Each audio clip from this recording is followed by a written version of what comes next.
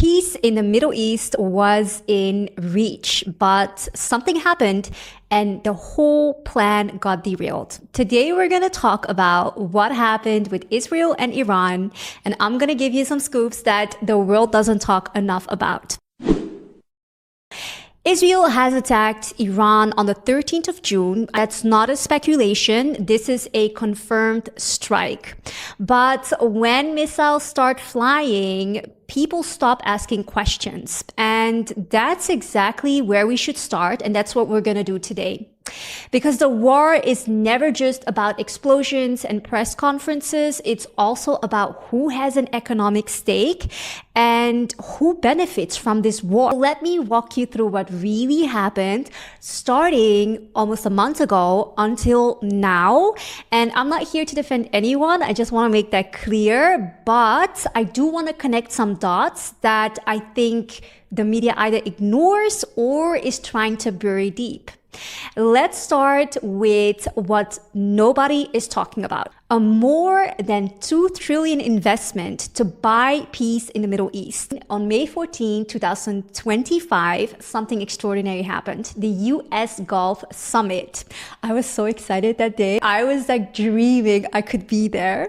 It was being held in Riyadh, and obviously it was really juicy. What was going to happen, what would be said, and which deals would come out of it. At the summit, a few things happened, and I want to talk you through them. The first one is Crown Prince Mohammed bin Salman. He called the US GCC relationship strategic. He said it flat out.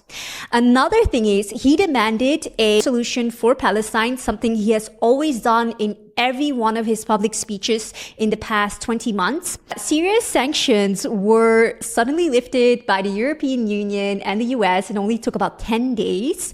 And humanitarian aid was forced into Gaza, even though Israel assisted.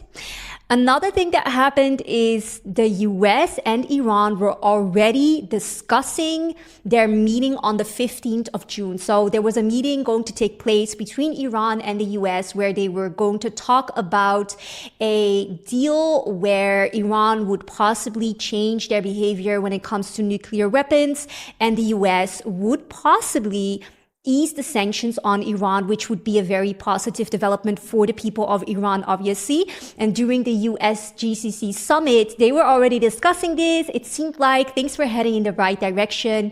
The US was very positive about it. Oman was going to mediate this deal and conversation on the 15th of June, which is literally today. And this is not a coincidence, all of these things happening. This was a plan. It was quietly, but it was huge for the Middle East. And I was really happy to see all of these developments. Trump even ignored Netanyahu during his trip in the Middle East, which was kind of unheard of. And it showed that the relations amongst the different world powers were starting to switch. And it was a very positive development for this region. Another thing that was super noticeable is that the media flipped in one night. I thought it was insane. I felt gaslit, but I also felt like it was very inauthentic. But regardless, the media flipped in the way they were addressing the Gaza war. And I think what was really weird is that the Washington Post started calling it a genocide. BBC, Sky News, they all started changing their tones. I think it was France, UK, and Canada, who all started talking about implementing sanctions. In the Netherlands, where I'm from, they were also talking about, how this was not something that could continue anymore. And our government even wanted to resist so much that the political party PVV made the government collapse. So this is a whole nother story, but basically the government in the Netherlands, they proposed a plan that was just unrealistic, 10 points to change the status of asylum seekers in the Netherlands. That plan was boycotted, and then the government fell, the government collapsed. So a lot happened because of the summit with the GCC and the US. And this wasn't just a PR shift. I mean, this was a power shift. And the GCC was behind it. Like, we have to give credit where credit is due. And this was definitely one of those situations. But who sabotaged the peace plan? So first up, my suspicion was that it was the US. That's not a surprise, but Sorry, I was gonna speak a little bit slower because I've had some people reach out to me saying they were a little bit older and wanted to understand what I was saying. So I'm going to speak a little bit less fast. I get so excited. That's why. Okay, anyways, another thing which made me suspect the US was that the US also pulled out all their personnel out of the Middle East, not all of them. And that made me think probably they know something that others do not know. And that is obviously very concerning. But then I also had to do a reality check with myself because I had to think about, what does the US benefit from a hostile situation with Iran versus peace with Iran? And then I thought, actually the US would benefit a great deal from easing up the tension between the US and Iran. And so I'm going to tell you why. Iran is one of those countries who does not operate under the Federal Reserve. I thought that was so cool. They're like, Venezuela, Iraq, Libya at some point. And this is something that must have annoyed the US so much because the entire world trades and operates under the Federal Reserve, but Iran didn't do that. And this means that the US is actually missing a lot of money that they can hold in the Federal Reserve, which they then in turn can lend from the Federal Reserve.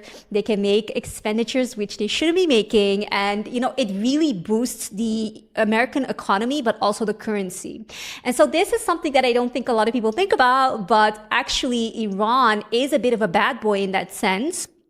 And it's something that the US doesn't want any other country to copy. And one thing that happened very recently, well, not recently, these talks have been going on for almost 2 years, where BRICS wanted to stop trading oil in the dollar. And this is something that has upset the US a lot. And even in January this year, Trump came out threatening the BRICS, saying that they shouldn't dare to do it. And if they would, that they would face 100% tariffs. And so, peace with Iran would be a good sign to the whole world. Your whole continent would benefit if you just do what the US wants.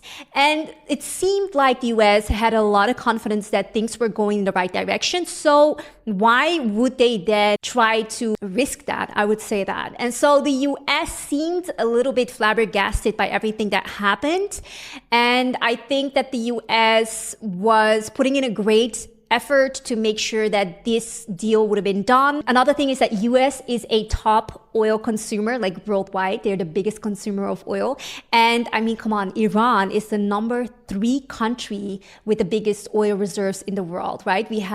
First we have Venezuela, then we have the Kingdom of Saudi Arabia, and then we have Iran. And so, overall, it is a powerful country. They're not trading oil in the dollar either, like the petrodollar.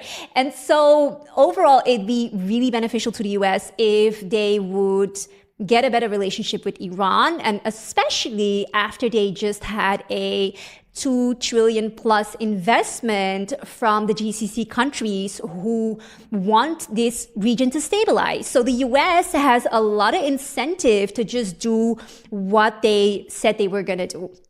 So that's why I was thinking, maybe the US actually doesn't have that much to do with it.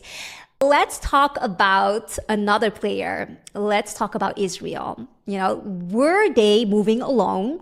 Was this completely their own initiative? Was it something that was completely unprovoked? Did they attack out of nowhere? Well, according to US-Iran relationship expert Trita Parsi, this is something Israel is known to do. They always disrupt peace between Iran and the US. And the reason why Trita said to NPR, the media outlet, that they are scared of a strong Iran. If they would better their relationship with the US, this would make Iran more strong. And since Israel has made Iran their sworn enemy, this would not be beneficial to them. That's how they could view that. And that's a threat to Israel's military dominance as well. So this is nothing new. But another reason why Israel could potentially try to start more wars outside of the one they have already going on in Gaza is because Netanyahu himself is facing a lot of corruption charges. And at the end of his term, it might be the end of his entire career. And so him and his entire government is obviously going to push to keep this going because they want to continue to exist and stay in power. And this is something it's not very new to the world. These things happen a lot. When a government knows they might never come back, they might hold on for dear life to make sure that they don't lose power. So that's one thing. And the thing is, Israel might have not felt like they needed the permission of the US per se, because Israel is a state that's also heavily invested in by all these billionaires who are American, Israeli, and active in the war industry. Let's be really honest. All these companies like Lockheed Martin, Boeing, they're all heavily invested in the war industry, and they're also heavily invested in Israel. So they would put pressure on the American government to keep supporting Israel in that sense. And the public would as well. I mean, the tone has set all over Europe, but also the US, that Iran is a very dangerous player. And so that type of public support has been created over decades. And I think that he thought, this won't change just like that. Although I do have to say, people seem to be very fed up with all the wars. And so that might not have played out the way he wanted it to. I see a lot of Americans talking about, not again, not in our name, don't waste our money. But let's see. Then I want to talk about a third scenario, and it's probably the juiciest one. It's that it might have been Iran's plan to provoke this attack. And why am I saying that? So on June 8th, which is 1 week before the negotiations with the US, before they might reach peace in the Middle East, Iran comes out with a claim that they have a treasury of Israeli nuclear secrets, which they obtained through spying on the government. And I was just like, why would you drop such a bombshell right before talks to lift the sanctions? Like, it does not make sense. You could have waited 10 days. You could have waited 1 month. And the thing is, they didn't immediately provide evidence either. So it was just at that point a claim. It's not like they had gone through all the documents yet and knew what they were talking about. It seemed like they wanted to get it out there before the world could move on and these peace talks could take place. And why would they do that, right? That's a question we'll get to. But another thing which I find very weird about the situation, about this war, is that in Iran, it also seems like top officials are being taken out at an alarming rate. I'm very surprised. All of these top officials are being targeted by Israel and successfully taken out, while they should be people who enjoy the highest level of security. Why is it that in Iran, these people are still being taken out at this rate? That's something that I think a lot of people cannot understand. And this could be explained by the fact that they wanted to justify a full-on war. And so that could be why you would allow top officials to be taken out, because then a full-on war would be justified. But what would be the reason? That's the question. Why would they do that? Why would they want the full-on war? Why wouldn't they get the peace deal and create peace in the Middle East? Why would they do that? So I have several scenarios, which, some of them became clear to me in the past few days. Others I've been thinking about for a while. Okay, the first one is If peace in the Middle East would take place, it would solidify the position of Saudi Arabia, the United Arab Emirates, Qatar, Oman, basically the big players who invested a lot in US and then in return brokered peace in the Middle East. That's what I'm thinking. And it could be that they were thinking like, no, we're not going to let that happen. You know, we don't want peace in the Middle East if it is going to turn into a lot of credit for these political and economic powers, right? That could be a scenario. Another scenario, which I've been thinking about a lot since the war in Gaza, is that there's also a sectarian war going on. I used to never think about this. Literally, I'd never think about the Shia and Sunni divide. Like, I didn't even know that much about it. I actually had to read more about what the differences actually are to understand it better. Basically, we're pretty much the same, but there's some political leadership differences in the history of Islam. But most of the obligations of Muslims, whether it's Sunni or Shia, are the same. Okay, but why did I even start getting into this? Well, during the genocide in Gaza, I noticed that there was a lot of fake news being pushed by some other Muslim influencers, news outlets. And I was like, why in this important time are Muslims turning on each other using Israeli lies? Sometimes they were using propaganda made by the US or Israel that wasn't true. And I was like, why would you during this time do that? Didn't make sense to me. It also made me so upset. And when I dug deeper, I could see that it was oftentimes Shia versus Sunni. I could see that there was a lot of this narrative of Arabs supposedly not caring about Gaza that was being pushed. And to me, it seemed like psychological warfare. And the reason why I'm saying that is because there was this obsession with making it seem like Arabs don't care about Palestine. And I think it is detrimental to the mental health of Palestinians to constantly be brainwashed with this idea that Arabs don't care about you. And I don't think that's true. I think a lot of these lies did back up this claim. But at the same time, I also think a lot of positive news about how Arabs were trying to help Gaza was being suppressed by the media. And I can say that 100% because I live in the UAE. I can see how there is a huge focus on Gaza. I cannot say it any other way, but you would have to ask anyone else, sometimes even in this country, and they wouldn't know. One thing I find very weird is that a lot of Muslims were also carrying this propaganda without asking questions. And that I think was very harmful. I think is very harmful. So that is another part of the story. Either way, it breaks my heart because we should be focusing on Palestine. Whatever is good for them, we need to do it. We need to, as a community, shut it. Literally shut it. Your feelings, your wants, your desires, your emotions, I don't care. It's not important right now. And I feel like that wasn't helping. Then there's another angle that I want to highlight. And I think nobody wants to say this, but I think we need to ask ourselves what would happen to Gaza after the war. Right now, the situation with Iran and Israel is taking up everyone's attention. The negotiations about Gaza are taking a back seat right now. Putin called Trump for an hour on his birthday and he only talked about Iran. People are just focused on what it will mean for this war to take place. But what about Gaza? They haven't had internet for 4 days, 3-4 days in the past few days. It was terrifying.